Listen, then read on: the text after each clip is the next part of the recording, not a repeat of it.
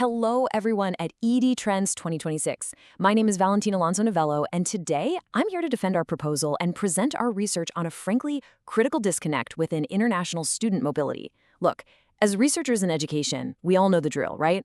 International mobility is pretty much treated as the absolute crown jewel of our institutional internationalization strategies. We print out these glossy brochures with smiling students standing in front of the Eiffel Tower or the Colosseum, advertising the sheer, life-changing magic of studying abroad.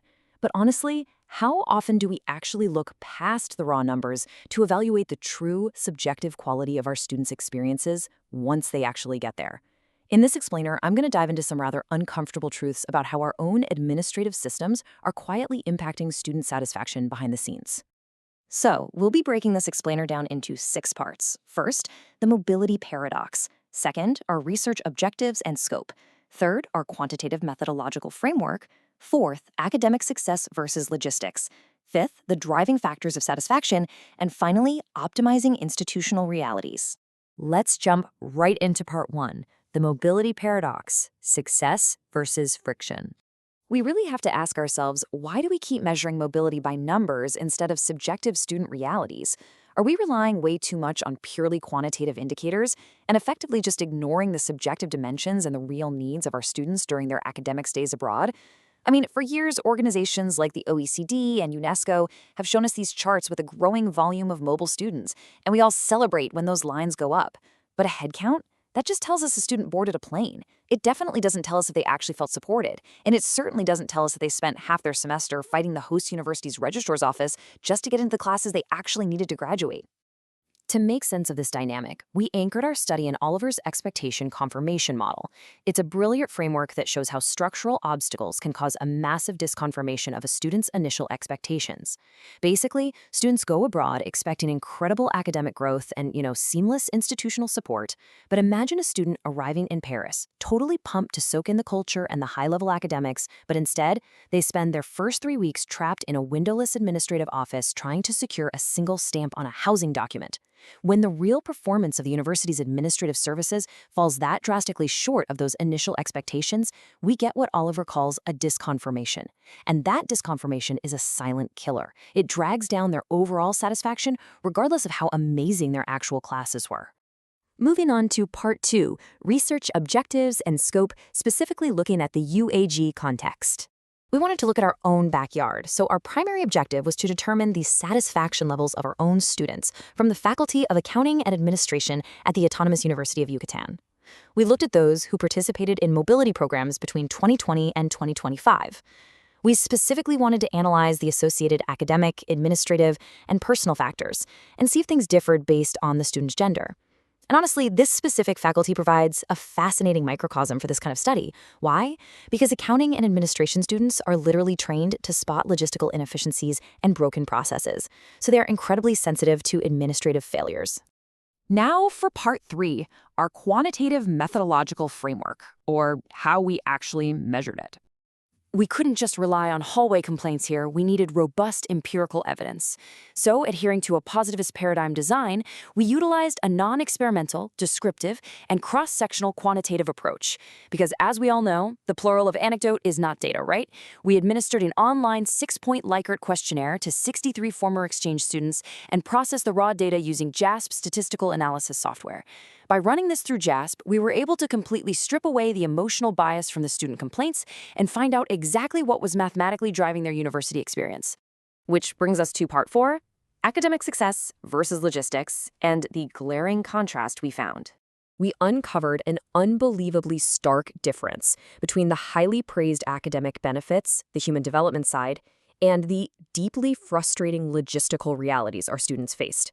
Looking at the data, it's honestly almost as if they were participating in 2 completely different exchange programs at the exact same time.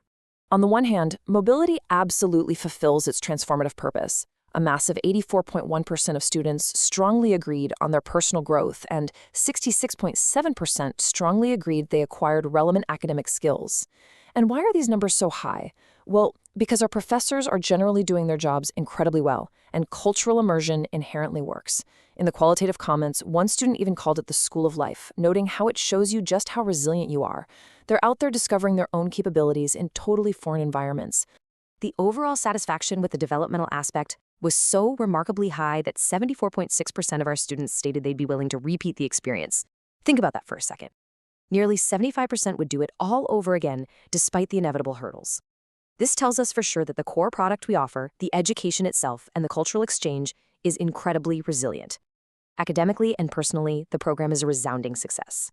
But, conversely, 54% expressed overall negative feedback regarding logistics, and almost half, 49.2% to be exact, encountered severe complications during credit revalidation. Now, we've all dealt with university bureaucracy, but for these students, credit revalidation wasn't just a hurdle, it was a literal brick wall. The survey item concerning clear and easy procedures was actually the only element in our entire study that yielded a mode score of slightly disagree. Administratively, the experience was a total disappointment for them. They felt stranded in a maze of paperwork, entirely on their own, trying to navigate a foreign country. The academics nurtured their minds, but the logistics left them completely abandoned. Let's look at Part 5, Driving Factors of Satisfaction, the True Predictors. So the million-dollar question is, how do these two contrasting realities actually impact global satisfaction? Well, the data paints a very clear picture.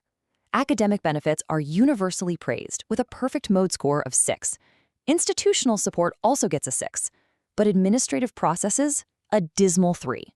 Yet, when we look at the correlation with global satisfaction, administration sits right at the top, with a Spearman's row of 0.543 and a p-value of less than 0.001.